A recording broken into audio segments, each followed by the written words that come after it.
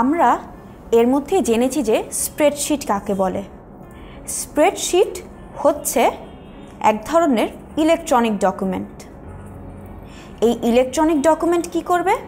এই electronic ডকুমেন্টটা rho এবং কলামে ডেটা সাজাবে বা অ্যারেঞ্জ করবে।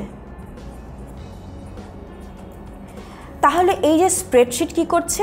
স্প্রেডশিটটা রো এবং কলামে কোনো ডেটা সাজাচ্ছে বা ডেটাকে অ্যারেঞ্জ করে রাখছে।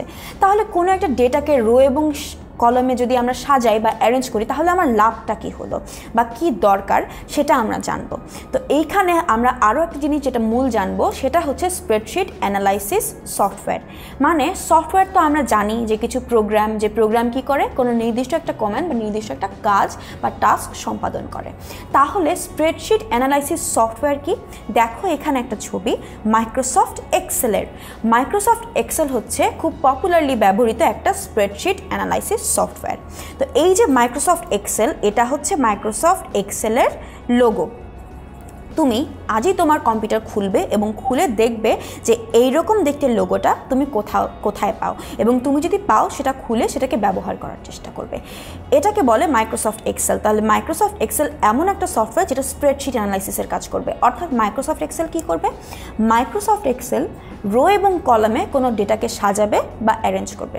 এখন মাইক্রোসফট এক্সেল আসলে কি কি কাজে লাগে আমরা একটু দেখি। যে ধরো আমার ক্লাসে অনেক স্টুডেন্ট আছে, এখন এই স্টুডেন্টরা পরীক্ষা দিয়েছে, তাদের বিভিন্ন সাবজেক্টের রেজাল্ট আমাকে কি করতে হবে? এক জায়গায় লিস্ট করে রাখতে হবে। তাহলে আমি রেজাল্ট তৈরি করা কাজটা মাইক্রোসফট এক্সেলে করতে পারি। মানে তোমরা বিভিন্ন সাবজেক্টে যে পরীক্ষা দিয়েছো, সেই পরীক্ষায় কত মার্কস পেয়েছো এবং সেই মার্কসের গড়, এই সব কিছু কিন্তু মাইক্রোসফট এক্সেলেই করা হয়। এবং ধরো তুমি তোমার যে রেজাল্ট বের হয়েছে কিংবা তুমি ক্লাসে কততম পজিশনে এসেছো, সেই কাজগুলোও কিন্তু মাইক্রোসফট এক্সেল দিয়ে করা হয়। তাহলে রেজাল্ট তৈরির কাজটা আমরা মাইক্রোসফট এক্সেল দিয়ে করতে পারি। এছাড়াও আমরা আরেকটা কাজ করতে পারি, সেটা হচ্ছে লিস্ট তৈরি।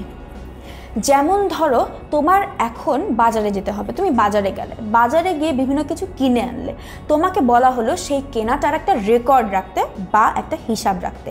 তুমি কি করলে? কি কি খরচ করেছো, কোনটাতে কত টাকা ব্যয় হয়েছে, সেটার একটা লিস্ট তৈরি করলে এক্সেলে, এবং সেই অনুযায়ী তুমি রো এবং কলামে সে কি কি কিনেছো সেগুলোর নাম এবং সেটাতে কত টাকা ব্যয় হয়েছে এবং মোট কত টাকা ব্যয় হয়েছে সেটা তুমি করলে।